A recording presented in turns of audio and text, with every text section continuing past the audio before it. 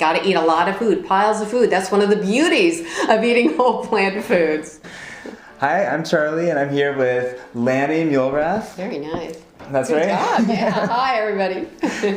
The noted author of the brand new book, The Yay. Plant-Based Journey, and also the other book, Fit Quickies. That's correct. Yes. You're from Northern California. Way Northern California. Yes. You were just at Herbivore Restaurant? Yeah, we had. I met with Colleen Holland, who is the co-founder and the publisher for Veg News Magazine. And by the way, can we talk about the Plant-Based Journey is in the latest issue of Veg News Magazine. Here she is, a Awesome. wonderful review. I'm so excited. But Colleen and I are good friends, and we went out to Herbivore, which is right around the corner from the Veg News offices, and had a really good dinner. I love Herbivore. Mm-hmm. What did you get there? I got a shawarma wrap. Everyone was saying, yes. That's the first time you're there, you got to have one of those. Because I heard they just closed the one on Divisadero, which is closer to me. So they're a chain, didn't even know. Yeah. There's something new when you go to Charlie's show. We're in our purple outfits too, by the way. You gotta wear purple if you come here. Oh, well, goes with the backdrop, so. I think I'm a seasoned vegan who needs a refresher. Okay, you're not afraid to admit it either. Yeah. When you go from processed food, which is what a lot of like junk food vegans are, where the fiber's been taken out and extra fat and sugar added, then you have to eat more calories to get that fullness. You have fiber full, as in whole foods, mm-hmm. You can really fill your digestive tract on a lower calorie level. So, got to eat a lot of food, piles of food. That's one of the beauties of eating whole plant foods. Some people are afraid of, oh, I can't eat this, I can't eat that. Well, just kind of plantify things by adding more plants, more whole grain, more whole starchy vegetables to food, so you get some of your old flavors, but you start to just change it a little bit. So it's not drastic. You can't get rid of everything overnight. There's something called the second meal effect of beans, because you have the first digestion and then something's going on in your digestive tract later. That's like another meal happening, and that's why they hold you for so long. I always thought that fat was really what keeps people full. Mm-hmm. But you cited studies that proved that that's not the case.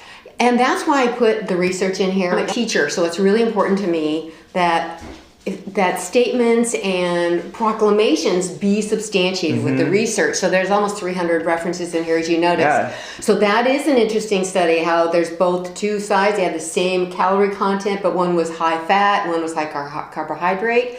And the assumption is the higher fat's going to hold you longer, but they had to manage portions, because when you have a lot of fat in food, you can only have very small amounts. Yes. So you don't get that nice stretch through your digestive system that you get from whole foods. And they found that those people who had the high fat, by the end of the day, they were craving carbohydrates and needed that stretch factor and just ended up eating more anyway. Will you tell me about the recipe templates?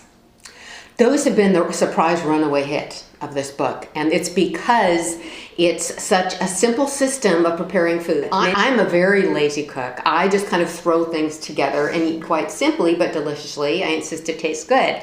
So with a template, for example, I have what I call a savory vegetables template. You don't mm-hmm. need a fancy recipe for cooking vegetables. You can find 2 or 3 vegetables that you already love. Don't start with a strange thing you're not familiar with.